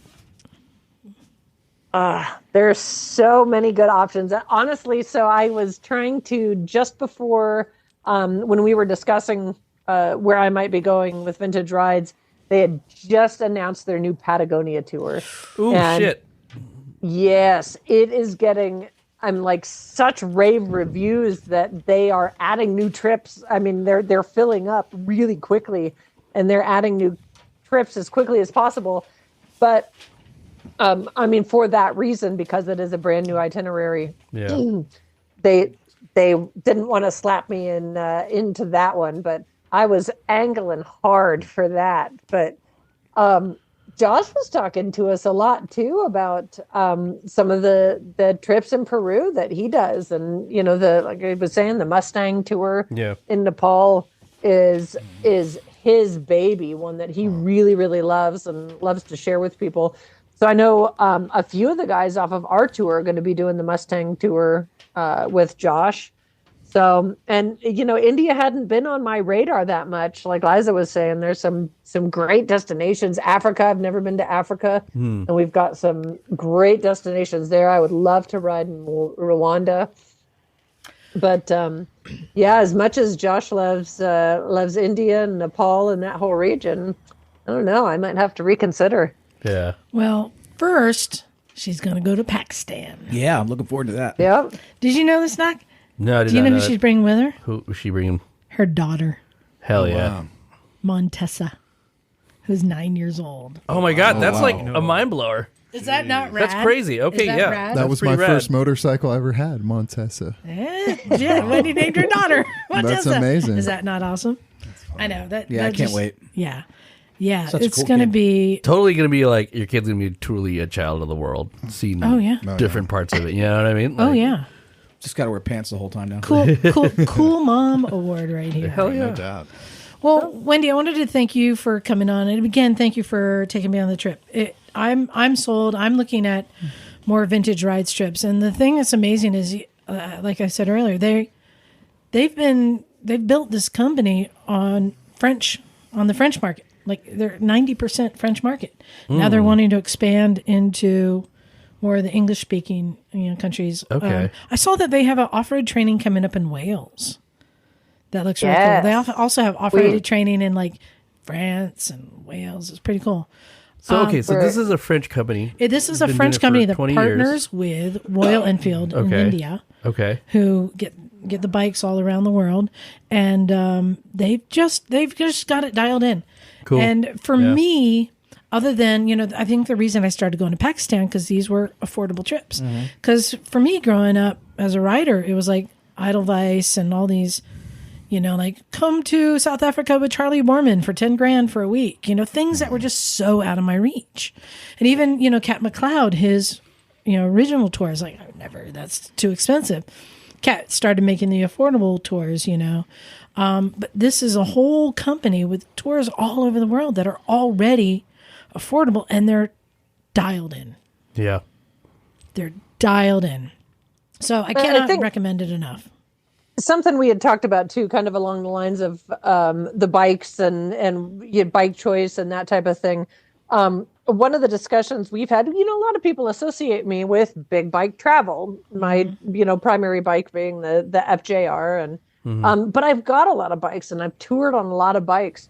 And something that we discussed was the fact that when you are going on an organized tour on a big bike, whatever that big bike may be, there's this kind of subconscious expectation that you are going to do big mile days so that you feel like you're getting your money's worth. Yeah. So when you're on a little bike, when you feel like you are earning every single one of those 150 miles or whatever you're going to do in the day,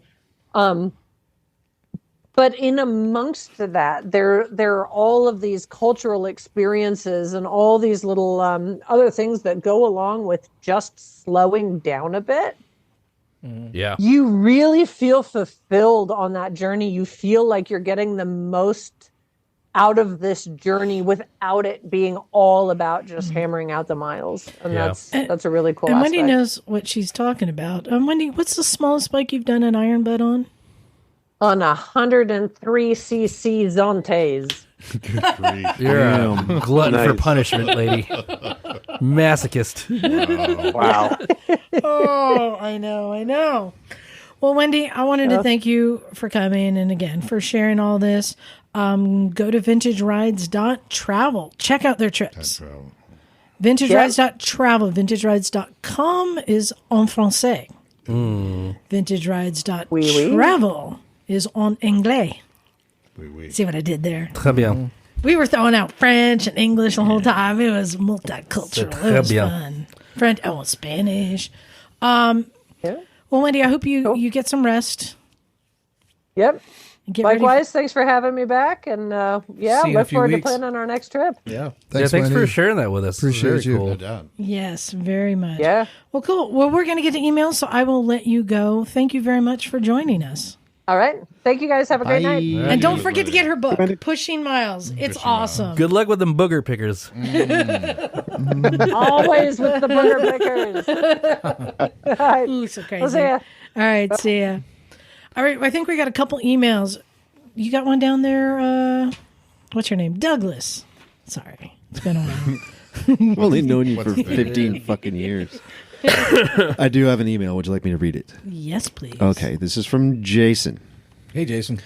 Jason writes, "Hello, Misfits. My name is Jason, and I'm a college student in Michigan. I have never owned or ridden a motorcycle before, but I am interested in getting one after I graduate in a year. I enjoy working on anything with wheels, and I was wondering what would be cool to take...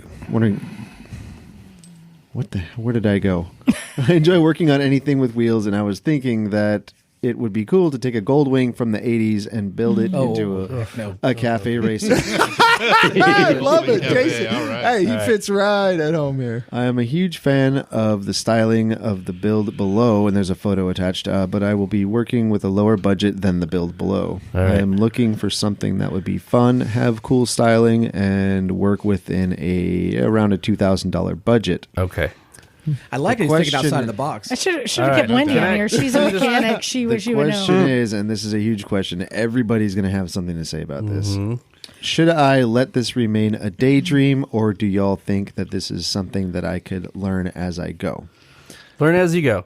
Hold on. Well, P.S. I love the podcast. Oh, Keep thanks. up the great entertainment. all right. Okay, Kind regards, Jason. I have an opinion. Of course. So I think our some opinions. Everybody's are got gonna an be the asshole, That'd be too. surprising. come on. Look, come on. well, go ahead. Sorry, go ahead. I was going to say, through listening to Phil and his podcast, he got me off of old Goldwings for a while because some of Yeah. them can be really expensive to fix. But I'm going to say that Emma has gotten me back on the old naked Goldwings. It still is somewhat of a basic machine. This is a person that has never ridden a bike.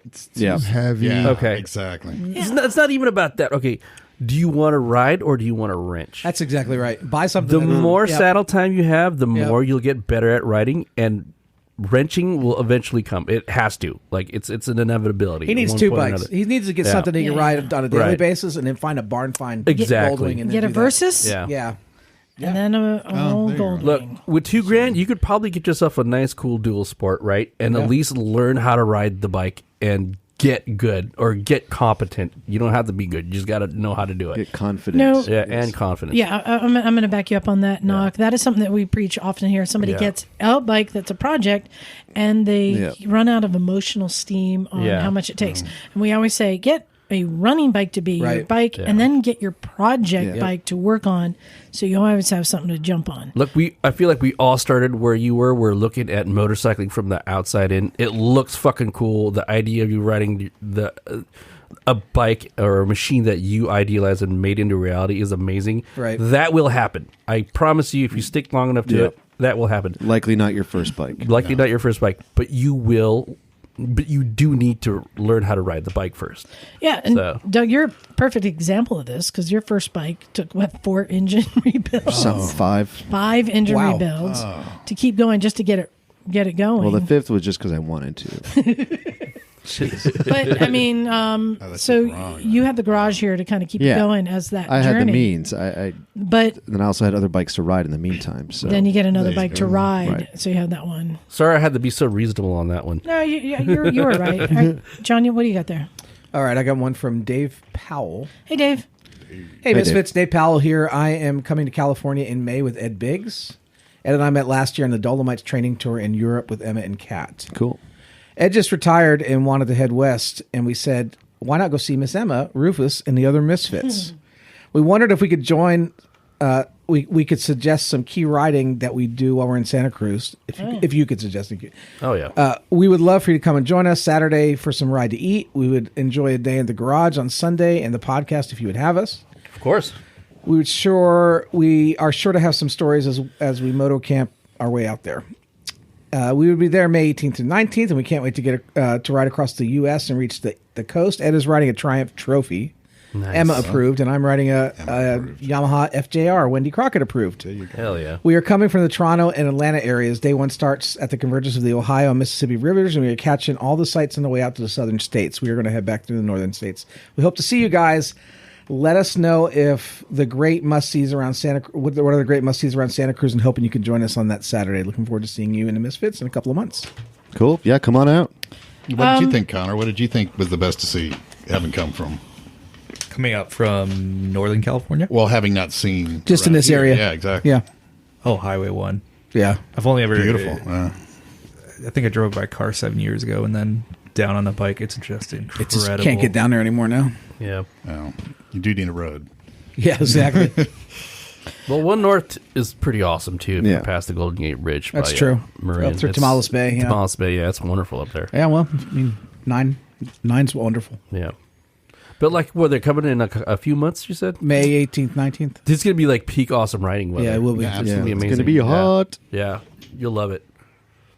Well, I like to use the water method personally, riding here in the hills. A lot of us use. You don't have to know where you're going. You just pick a road. You just start riding in the hills, and when you're done for the day, you head downhill. Yep. That is the water method, right? Yep. That works in Hollister, too. If you get lost, just go downhill. You'll get spit out at a river mouth somewhere. All right. Bagel, you got one, right? I do. Go for it. This is an email titled, "Hopefully I'm a misfit." And it reads, "Hi from Essex in the UK. Oh, wow. My name is Danny. Hi, Diane. Hi, Danny. I've recently, at the age of 45, come to the realm of bigger bikes after many years of riding just CBT, 125cc max for the Americans. My first big bike is a 1982 Honda Goldwing GL 1100 in Boomer Burgundy, as I've heard you call it. As a kid, I would see swarms of Goldwings at seafront towns when I had days out with my parents in Brighton, Southend, and Clacton.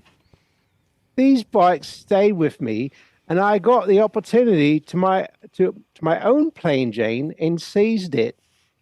So yes, I went from 125cc to 1100cc, as they say never to do, but hey ho, I'm an idiot. Then you're a misfit. Yeah, you're one of us. I started working on bikes in lockdown, having never rode a bike before, as my daughter wanted to do her CBT, and with no experience, we bought a box of parts that was supposed to be a GN 125. We eventually got it together and through an MOT, but daughter decided riding wasn't for her. So I did my CBT and never looked back. Right on. I ride alone a lot of the time as I have no real bike mates, but meet and talk to many riders at events all over the place. Bikes are so good as conversation starters. My daughter is a keen backpack and is doing the DGR and the Ride of the Ruperts with me this year, which I love. Anyways, being a bit of a tinker, I spend most of my weekends by myself in the garage playing with my project bikes, a GL 400 I'm building into a cafe racer, a mini chopper, and an off-roader CG 125. He's got it right. I raced at the Malay Mile last year. Oh, Malay Mile on the beach. So cool. Yeah. Back to the point. So I have made your podcast my go-to when in my workshop. Ah, nice. Essential as a coffee and a 10mm socket.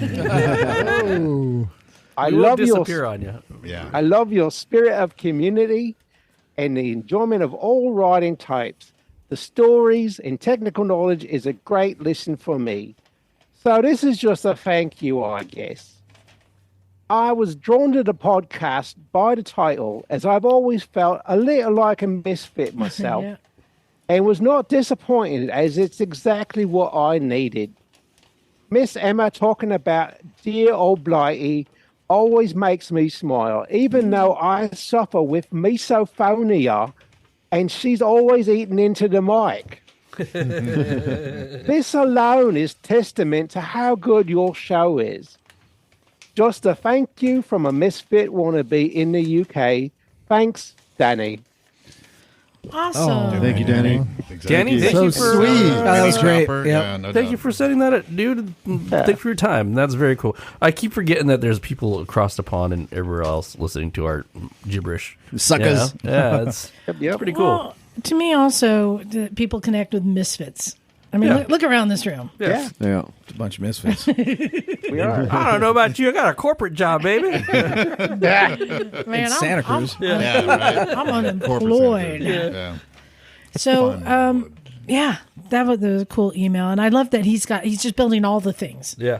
Not Gotta one do at it. a Gotta time. do it, He's baby. building all the things. So yeah. So what, Douglas? What was his name again? Who wants the Goldwing? Jason. Jason. Wait till you're 45 and then do them all. There you go. But until then, just get whatever you can that runs. Right. Well, guys, that brings us to the end. Big thanks. It's so nice to have a big room full of people again, Yeah. too. Connor, when do you go back up north? He's going west or east. Oh, wait. You can't go much more west than here. He's going to Florida. I'll be heading east from here. Yeah, that is not west, In John. about a I week's corrected time. myself. And we've got the rally coming up. We've got the quail coming up. Mm-hmm. And we've Vintage got... motorcycle days. Which John is trying to talk me into riding. Come on, you got to do it. Riding to VMD. Yeah. Riding to VMD and riding back with him. Ooh, shit. That sounds awesome. Now, I've ridden back with Bagel on his scooter, who easily does 80, 85. Not a problem. Nice. Sure. John's going to be riding a Sportster. Wait. We talked about this, right? That thing is, you can handily do the 85 miles an hour because it's 85 might be pushing it. The bike may, can John? 883? What kind of Sportster is It's it? a 1200. Well, you could do that, right? I think they would comfortably do 70, 75. Okay. Do you have a windscreen on it? It will have, yes. That might help a little. Yeah. But John's tempting I got you the plan, though. Too. with a list of places to stop, like the Harley Museum. And I haven't been there, but Doug, I remember when you went there years ago. That was cool. Make sure you Posted all stop at those- Wall Drug. Yeah. It made me think of Nitrous Chris, too, because I met him there. And I'm wondering, we haven't heard from Nitrous Chris in a while. So John is tempting me. We with got to that. do it. Come on. So You're we'll see. unemployed. What I else are you know. going to do? I know. I'll meet you at Pork Hills. Are you going to come? I think I'm going to go this year. Oh, you are? I might have do to, it. yeah. Really? It's got to be the year, yeah. Why don't you ride out and then ride back with us? You know what? My Super Hawk eats a lot of gas, man. I would like to, but that Take my thing's already KTM. got like Take my 150,000 KTM. miles. Yeah, take one of her bikes. A KTM, that's even worse. As far as reliability goes. Well, you know who else is going to be there at Vintage Days? Wendy Nice. and her husband and her daughter.